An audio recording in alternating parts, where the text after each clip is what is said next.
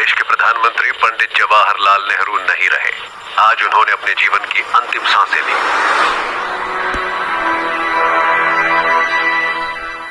27 मई 1964 दोपहर का वक्त रेडियो पर 2 बजे के समाचार में ये बताया गया कि देश के प्रधानमंत्री पंडित जवाहरलाल नेहरू नहीं रहे। पूरा देश सदमे में था। जनता के लिए नेहरू जैसे नेता को खोना जैसे किसी भूखे बच्चे के सर से बाप का साया उठने जैसा था। 27 मई से लोकसभा का 7 दिनों का स्पेशल सेशन बुलाया गया था, जिसमें प्रधानमंत्री नेहरू स्पेशली कश्मीर और शेख अब्दुल्ला के बारे में कुछ सवालों का जवाब देने वाले थे। जब वो पार्लियामेंट नहीं पहुंचे तो बताया गया कि अचानक उनकी तबीयत खराब हो गई है। दोपहर 2 बजे स्टील मंत्री कोयम्बटूर सुब्रमण्यम पार्लियामेंट में आए। उनके चेहरे पर हवाइयां उड़ी हुई थीं। रोशनी खत्म हो गई है। उन्होंने बुझे स्वर में केवल इतना कहा। लोकसभा तुरंत स्थगित कर दी गई। इसके बाद ये खबर आग की तरह पूरी दुनिया में फैल गई। महज 2 घंटे बाद नेहरू सरकार के होम मिनिस्टर गुलजारी लाल नंदा को केयर टेकर प्राइम मिनिस्टर बना दिया गया। ये सब केवल इसलिए ताकि जब तक देश को उसका प्रधानमंत्री न मिल जाए तब तक उसे संभाला जा सके। नेहरू जी की मौत खुद ही किसी बुरी सिचुएशन से कम नहीं थी भारत के लिए। ऐसे में ये ही सवाल उठ रहा था कि नेहरू के बाद कौन? Who after Nehru? कब तक देश केयर टेकर से चलेगा? कौन बनेगा नेहरू के जैसा जो देश को संभाल सके, जबकि देश बहुत मुश्किल वक्त से गुजर रहा था। इसके बाद शुरू हुई पंडित नेहरू के उत्तराधिकारी की खोज, क्योंकि नेहरू खुद इस बारे में जीते जी कुछ नहीं कह गए थे। उनके उत्तराधिकारी की खोज का जिम्मा मिला उस वक्त कांग्रेस के अध्यक्ष के कामराज को। ये देश भर में जाने जाते थे, क्योंकि कामराज ने 60s की स्टार्टिंग में फील किया कि कांग्रेस की पकड़ वीक होती जा रही है।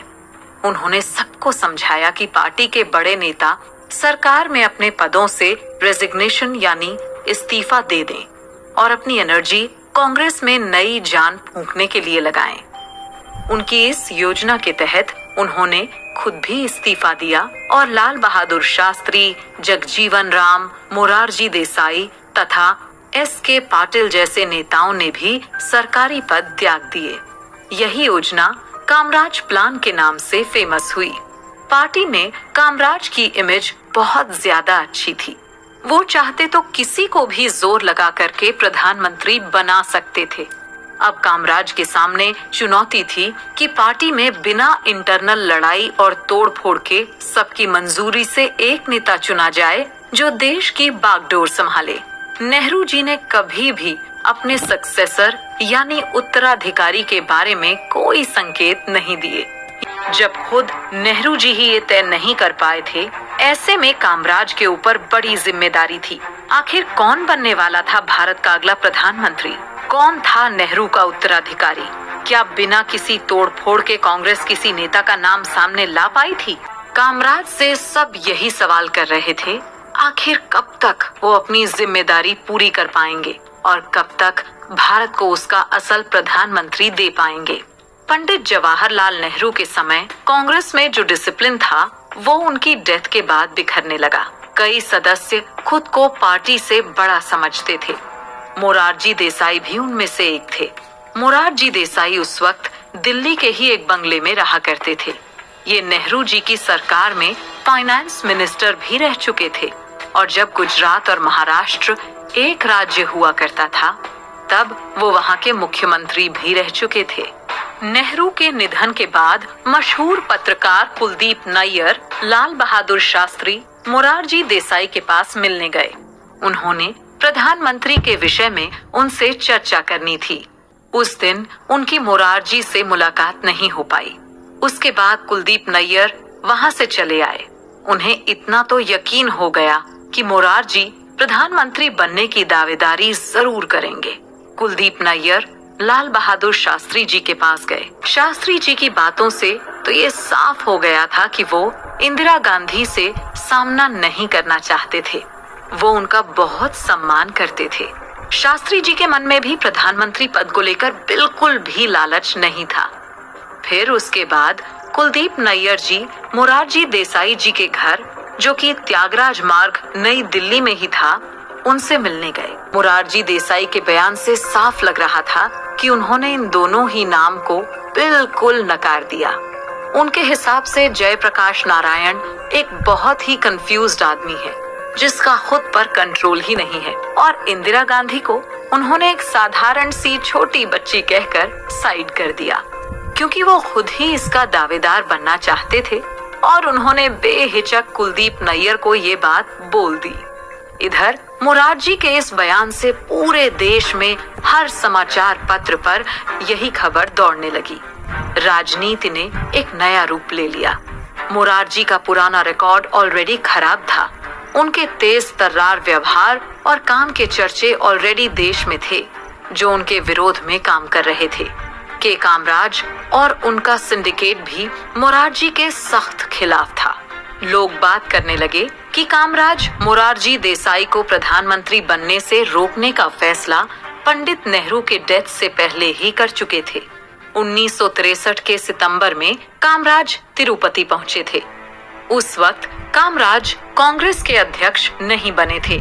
उनके साथ कई नॉन हिंदी स्पीकिंग राज्यों के कांग्रेस नेता भी पहुंचे थे।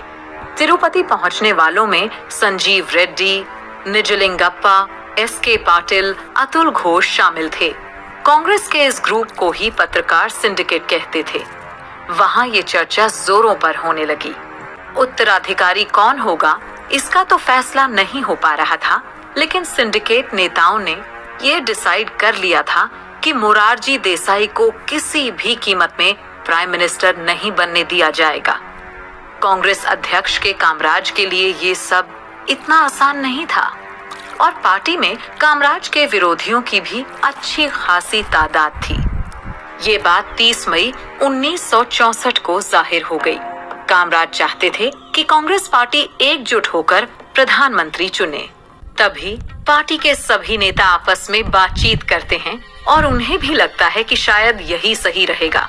तभी वहां पर सबके बीच बैठे प्रताप सिंह कैरों, जो कि पंजाब के मुख्यमंत्री थे, और मोरारजी देसाई के घने सपोर्टर भी प्रताप सिंह कैरों जो भी बोल रहे थे, वो सब मोरारजी देसाई का ही कहा हुआ था, क्योंकि वो भी यही चाहते थे कि प्रधानमंत्री का फैसला पार्टी नहीं संसदीय दल करें।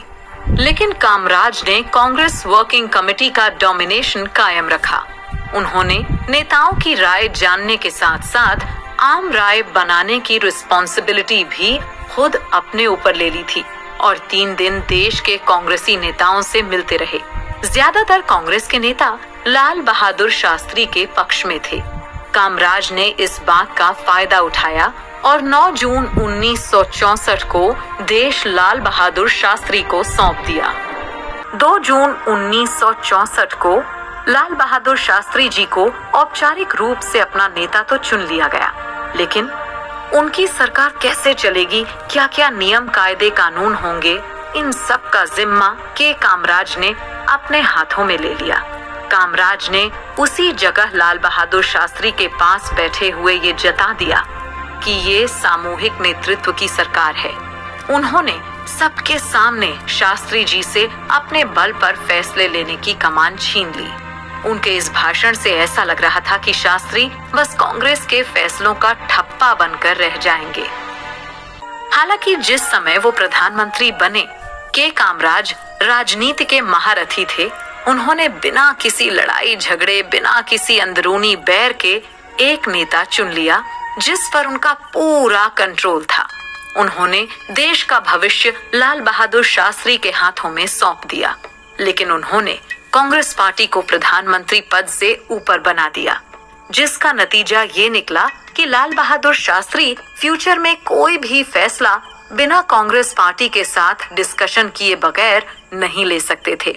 ना ही लाल बहादुर शास्त्री के पास नेहरू का वो पॉलिटिकल पावर रहा, और ना ही उनके पास वो प्रधानमंत्री वाला राजनीतिक रौब बचा।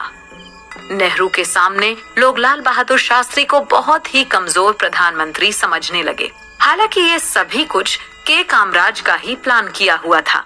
लेकिन लोगों के हिसाब से प्रधानमंत्री का ओहदा बहुत ऊंचा होता था, पर यहाँ पर पार्टी की इमेज और हाइप ज्यादा मेंटेन हो गई।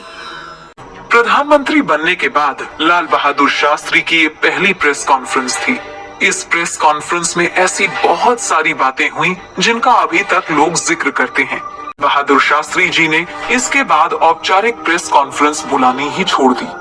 उन्हें इस बात का बहुत दुख था कि एक तो उनके सर पर इतनी बड़ी जिम्मेदारी है जिसे बहुत ईमानदारी से निभाना चाहते हैं, लेकिन ये लोग उन्हें प्रधानमंत्री बनते देख खुश नहीं हैं। उनके मंत्रिमंडल के कुछ लोग भी उनसे इस तरह व्यवहार कर रहे थे जैसे वो उन्हें नीचा दिखाना चाह रहे हों। उनका व्यवहार भी उनके प्रति बदल चुका था। कहानी तीन मूर्ति भवन को लेकर शुरू होती है।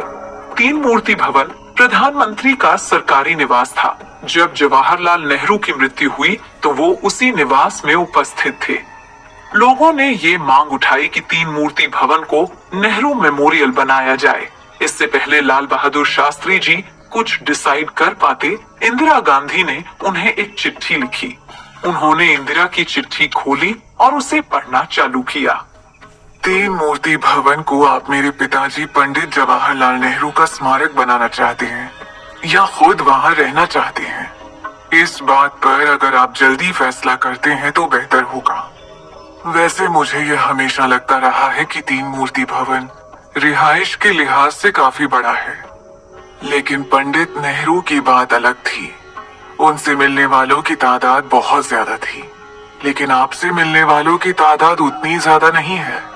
आपकी इंदिरा गांधी की ये बात सुनकर लाल बहादुर शास्त्री बहुत ज्यादा दुखी हो गए कि पंडित नेहरू से मिलने इतने लोग आते थे और उनसे मिलने नहीं आते। लेकिन उन्हें ये भी लगा कि इंदिरा को इस तरह चिट्ठी लिखकर बेइज्जत भी नहीं करना चाहिए। उन्होंने इंदिरा को अपने कैबिनेट में जगह भी दी थी। उन्हें इंफॉर्मेशन एंड ब्रॉडकास्टिंग मिनिस्टर भी बनाया। साल 1964 और 65 में अनाज संकट की कमी साफ दिखाई देने लगी। देश में भूखमरी आग की तरह फैल रही थी। चारों ओर से आलोचकों की आलोचनाएं शास्त्री जी को परेशान कर रही थी। इन हालात में लाल बहादुर शास्त्री ने अपना अंदाज बदला। एक बड़ा नारा लोगों को दिया। नारा था हफ्ते में एक दिन उपवास का। जी हाँ, देश के प्रधानमंत्री ने लोगों से हफ्ते में एक दिन कुछ नहीं खाने की गुजारिश की। उस समय अनाज की बहुत कमी थी और अमेरिका ने अनाज देने के बदले बहुत सारी शर्तों को रखा। हाँ, कुछ शर्तें सही थी मगर कुछ गलत थी। उस समय अमेरिका के राष्ट्रपति लिंडन जॉनसन ने शास्त्री जी को धमकी दी थी कि अगर आपने पाकिस्तान के खिलाफ लड़ाई बंद नहीं की तो हम आपको PL 480 के तहत जो लाल गेहूं आया करता था वो हम देना बंद कर देंगे। उस समय हमारे देश में इतना गेहूं नहीं पैदा होता था। शास्त्री जी को ये बात बहुत चुभी क्योंकि वो एक स्वाभिमानी व्यक्ति थे। शास्त्री जी का मानना था अगर किसी देश से भी अनाज लिया गया तो हमारे देश का स्वाभिमान चूर चूर हो जाएगा। वो ऐसा बिल्कुल नहीं कर सकते थे। वो जानते थे भारत एक महान देश है, ये सोने की चिड़िया रहा है। बहुत सारे स्वतंत्रता सेनानियों, महान व्यक्ति आदि लोगों ने मिलकर इस भारत देश को आजाद कराया है। वो बिल्कुल नहीं चाहते थे कि अब हमारा देश किसी और देश के सामने झुके। जिन अंग्रेजों ने हमें लूट लिया उसके बाद हम किसी से मदद मांगे, अपना स्वाभिमान खो दें, ऐसा तो बिल्कुल नहीं हो सकता। शास्त्री जी हमेशा कहते थे हमारा भारत हर चीज में संपन्न है, बस हमें अपनी खूबियों को निकालना है और फिलहाल तो इस परेशानी से निकलना है। शास्त्री जी सहित पत्नी बच्चों ने पूरे दिन कुछ नहीं खाया। इससे शास्त्री जी को भरोसा हो गया कि अगर एक दिन भोजन ना भी किया जाए तो इंसान भूख बर्दाश्त कर लेता है। परिवार पर प्रयोग के बाद उन्होंने देशवासियों से आह्वान किया, हमें भारत का स्वाभिमान बनाए रखने के लिए देश के पास उपलब्ध अनाज से ही काम चलाना होगा। हम किसी भी देश के आगे हाथ नहीं फैला सकते। अगर हमने किसी देश द्वारा अनाज देने की पेशकश स्वीकार की तो ये देश के स्वाभिमान पर गहरी चोट होगी। इसलिए देशवासियों को सप्ताह में एक वक्त का उपवास करना चाहिए। इससे देश इतना अनाज बचा लेगा कि अगली फसल आने तक देश में अनाज की उपलब्धता बनी रहेगी। पेट पर रस्सी बांधो, साग सब्जी ज्यादा खाओ, सप्ताह में एक दिन एक वक्त उपवास करो, देश को अपना मान दो। उनके आह्वान का देशवासियों पर गहरा असर पड़ा।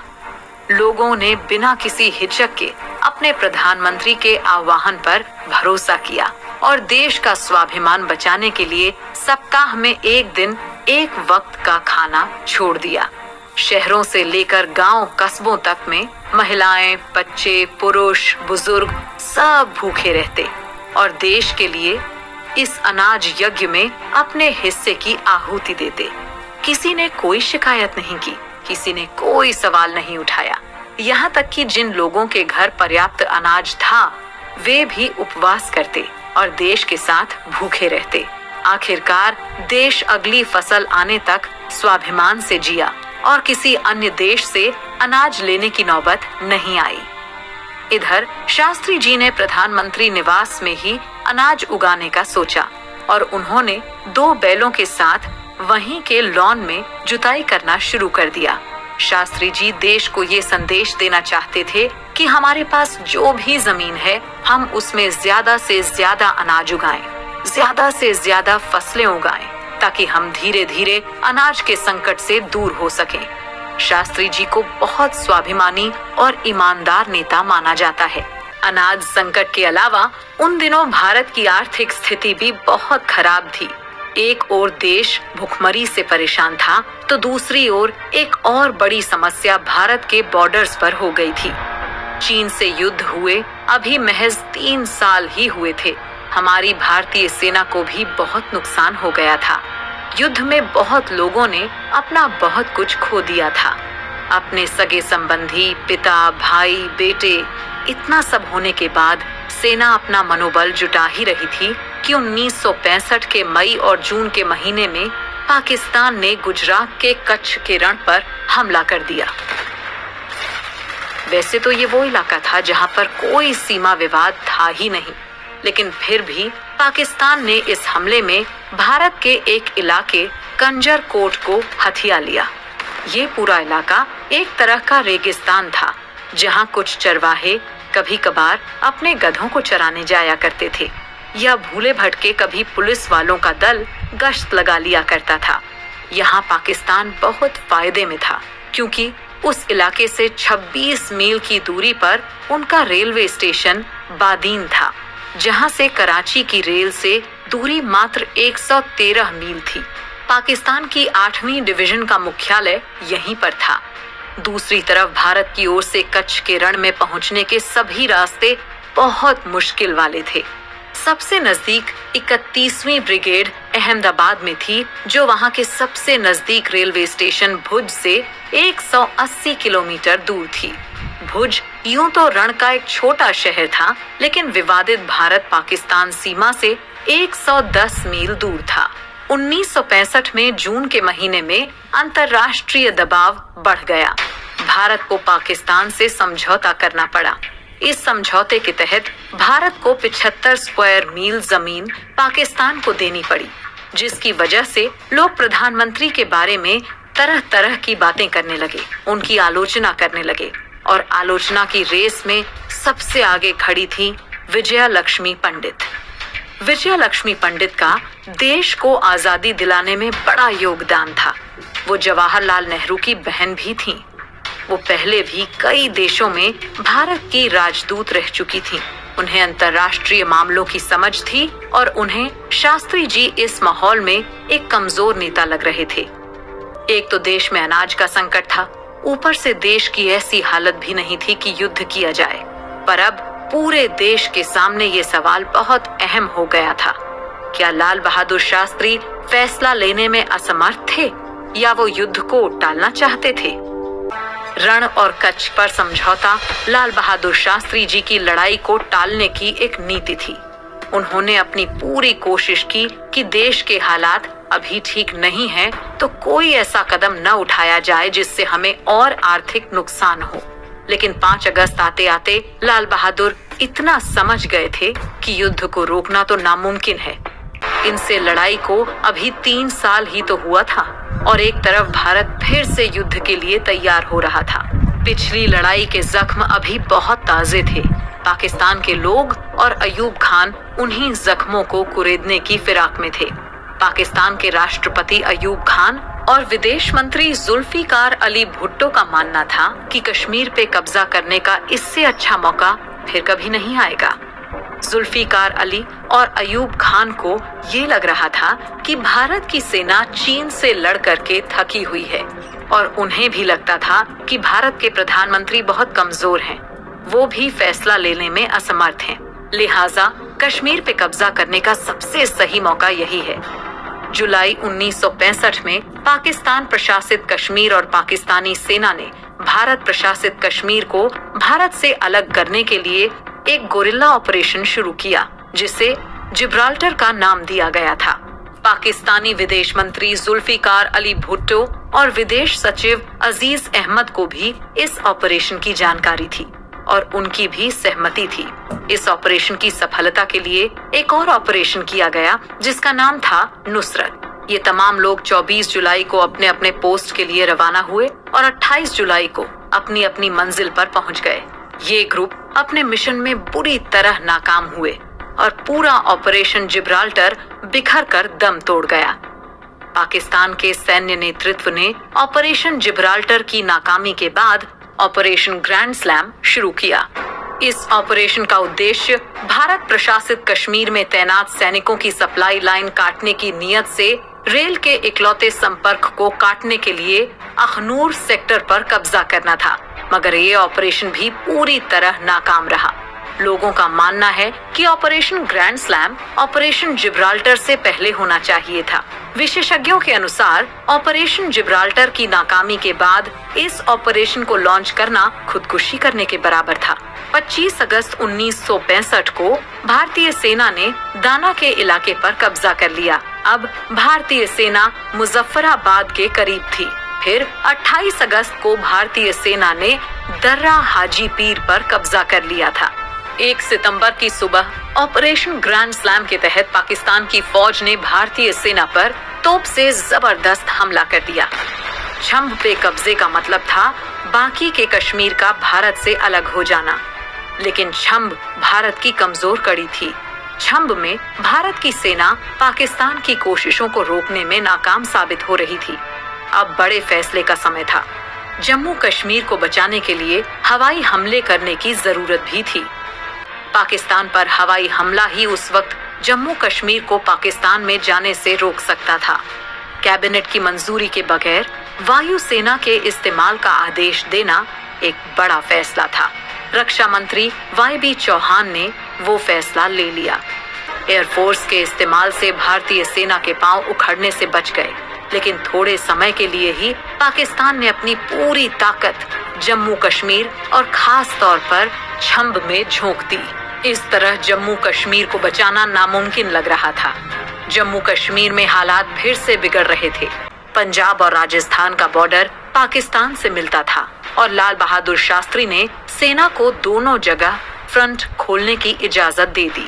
लाल बहादुर शास्त्री के बारे में देश में और विदेश में ये कहा जाता था कि ये बहुत ही कमजोर, बहुत ही असमर्थ प्रधानमंत्री हैं, लेकिन उनके इस फैसले ने इतिहास बदल दिया। उनके बारे में लोगों की राय बदल दी। पंजाब राजस्थान की सीमा से पाकिस्तान में दाखिल होने के फैसले ने लड़ाई की दिशा को बदल दिया। 7 से 20 सितंबर तक सियालकोट में भयंकर युद्ध हुआ। चारों ओर टैंकों के चलने से धूल उड़ रही थी। गोला बारूद के धमाकों से धुआं पसरा हुआ था। दोनों देशों के करीब 400 टैंक आग उगल रहे थे। भारतीय सेना ने पाकिस्तान के 97 अमेरिकी पैटर्न टैंकों को नष्ट कर दिया और 28 टैंकों पर कब्जा कर लिया।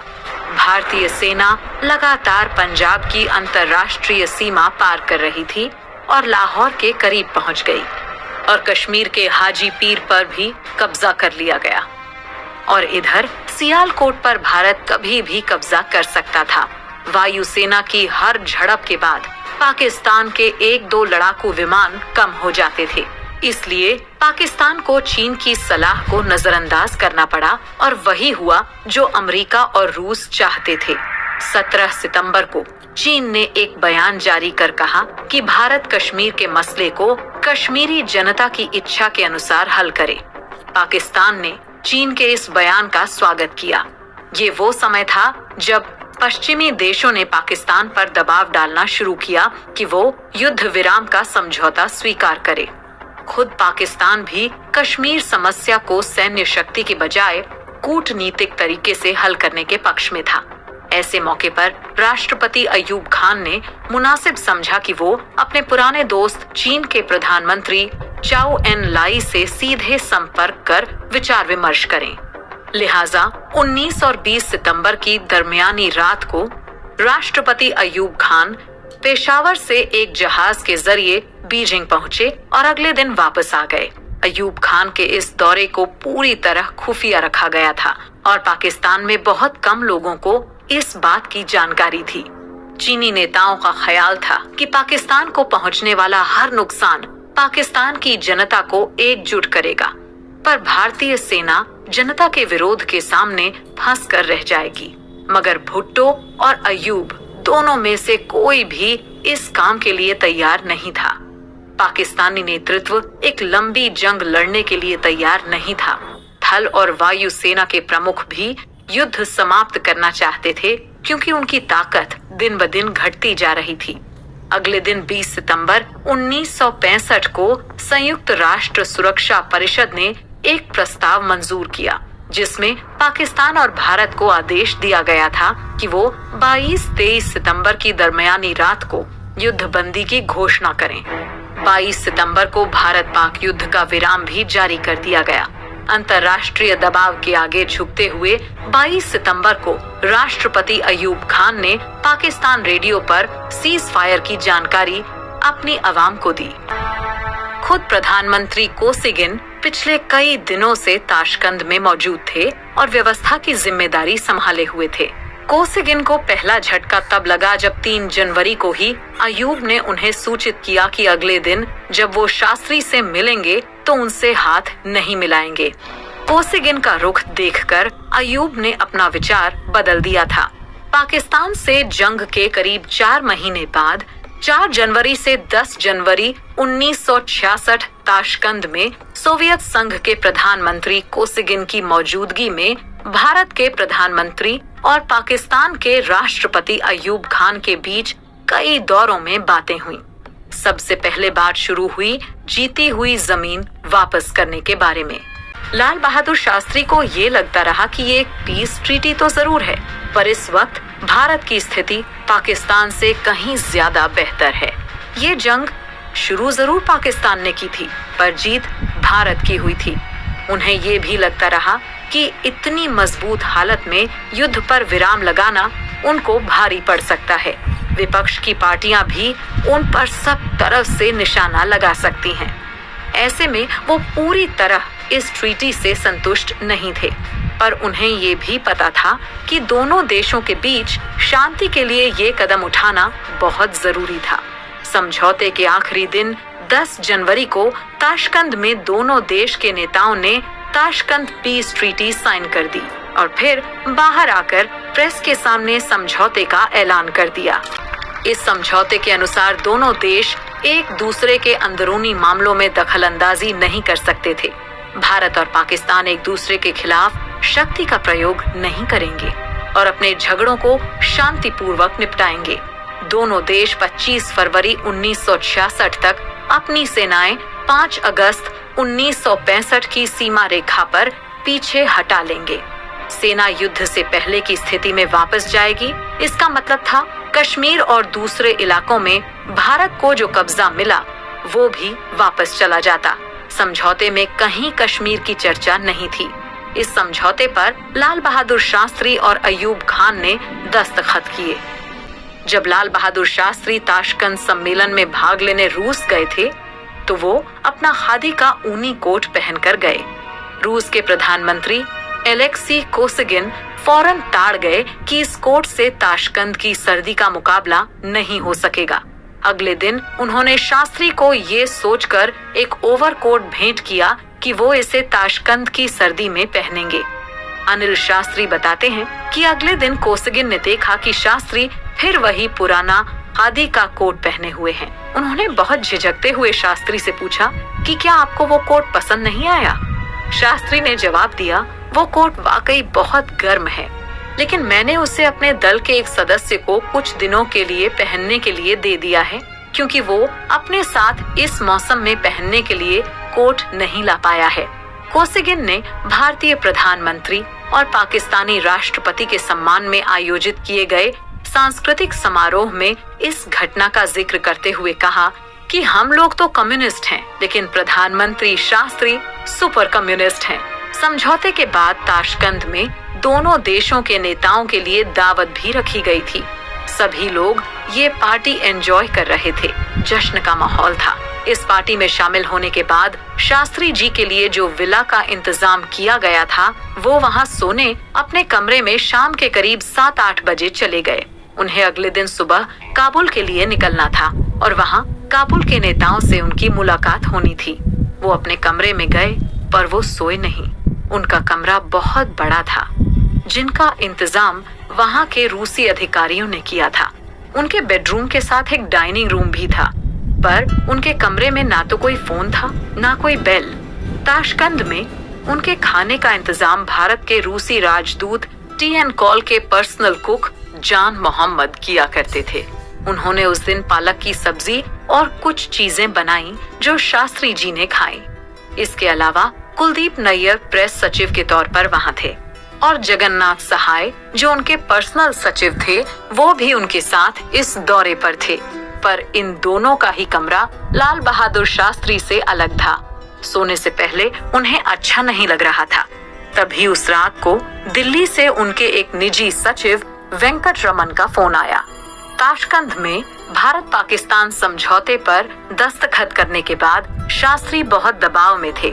पाकिस्तान को हाजी पीर और तिथवाल वापस कर देने के कारण उनकी भारत में काफी आलोचना हो रही थी।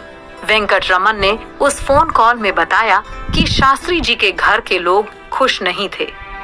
उन्होंने ये भी बताया कि प्रजा सोशलिस्ट पार्टी के सुरेंद्र नाथ द्विवेदी और जनसंघ के अटल बिहारी वाजपेयी ने हाजी पीर और तिथवाल से भारतीय सेनाओं को पीछे हटाने की आलोचना की थी। 11 जनवरी 1966 ताशकंद में लाल बहादुर शास्त्री का देहांत हो गया। जब ये खबर हिंदुस्तान पहुंची तो लोग बहुत हैरान हुए, परेशान हुए। किसे पता था कि ताशकंद के समझौते के बाद लाल बहादुर शास्त्री खुद नहीं, उनका पार्थिव शरीर भारत आएगा। लाल बहादुर शास्त्री का पोस्टमार्टम नहीं हुआ। लाल बहादुर शास्त्री की 11 जनवरी 1966 की रात ताशकंद में अचानक मृत्यु आज भी रहस्य के घेरे में है। उसे लेकर तमाम सवाल आज भी पूछे जाते हैं। आज भी ज्यादातर लोग ये मानने को तैयार नहीं हैं कि उनकी वो मृत्यु स्वाभाविक तौर पर दिल के दौरे से हुई थी।